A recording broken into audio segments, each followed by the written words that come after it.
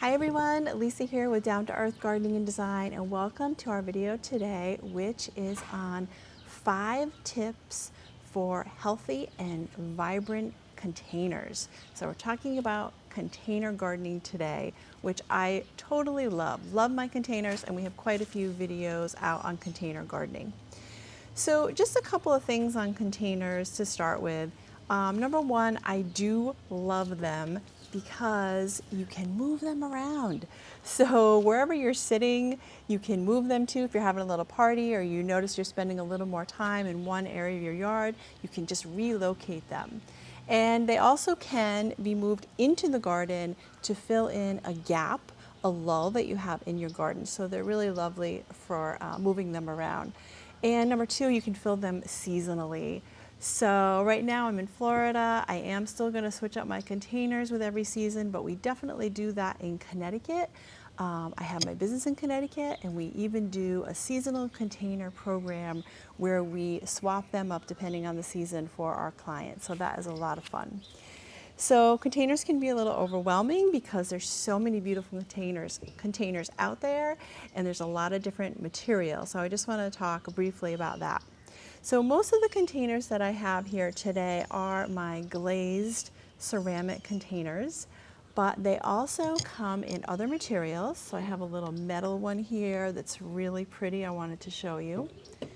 They come in plastic, and they look so much like real containers. They look like cement and terracotta and even wicker. This is a plastic container that I have here today.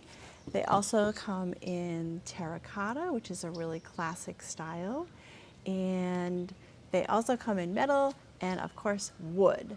And don't forget fiberglass. So we just did one on planting a magnolia in a fiberglass container, which was a really lovely container. So let's get to the tips, because there are 5 easy tips for you on successful container gardening. So number one, it's really important when you purchase your container that it has a drainage hole in it, or if it's a larger container, several drainage holes. So I have this metal one here. It has a nice drainage hole in the bottom. And if you have a larger container, feel free to create some holes in it. If you have a plastic, fiberglass, metal, or wood container, you can drill right in it. And I have a little clip of us actually preparing our fiberglass container for our dwarf magnolia that we put out recently. So if you are purchasing terracotta or a glazed ceramic, you really don't have much of a choice. So that's why I'm pointing out that you really have to check it out and make sure that drainage hole exists. You don't want your plants sitting in water and getting soggy roots. So number 2 is the type of soil that you use is really important. So I have a little succulent container here in front of me, and you want to make sure to use the right soil for the right plants. So this here requires a special succulent, cactus, and citrus soil, versus our other containers here that I have in front of me will require just a all-purpose potting mix, and if it has some fertilizer in it, slow release, that's all the better. But typically it is a soil that's mixed with peat and some compost. So different soils for different plants and containers. So number 3 is, and this is such an easy tip, when you purchase your container, a lot of them will have matching saucers, and I love those. But if they don't, grab a plastic, these are very inexpensive, saucer, or in a pinch, you can also use a plate. Also fun to go to the thrift store and pick up some decorative plates to put underneath, because a lot of times we can't water our containers daily. We all have busy lives here, and we're busy doing other gardening tasks. And so what you can do if you can't get to watering your container for a couple of days is you can fill your tray or just give it a really good drink so it can draw up the water through that important drainage hole that we talked about. So containers dry out quick. Saucer is such a beneficial part of container gardening.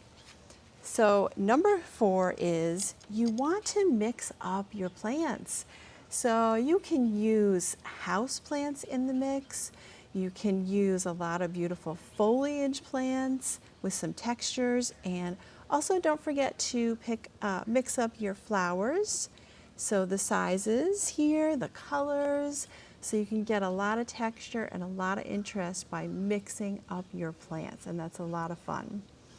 So last but not least, you want to, this is tip number 5, group plants together that have similar needs.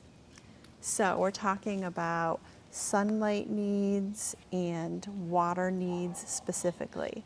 So I have some different examples for you here in front of me. So here I have my shade container. So I have a nice mix here of some textures that are all suitable for the shade. So they're great to plant together in one pot. Just to show you a couple of these here, I have a Rex begonia here, and then I have a rosy maidenhair fern here. I have a polka dot plant, which my northern friends will recognize as a pretty popular house plant. So all shade plants here in the mix. And then here I have my succulent container. So they all, remember, require the same soil, but they also require a little more sun. So they're all full sun plants, and they don't need very much water. And then last but not least, over here I have a higher maintenance container, which is also very fragrant, by the way. I'm getting some lovely smells here.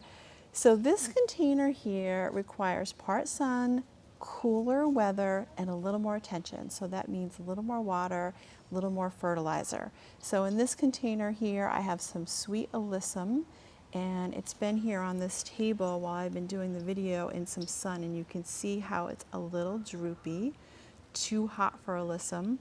I have some beautiful dianthus here, and also some snapdragon that I did just deadhead.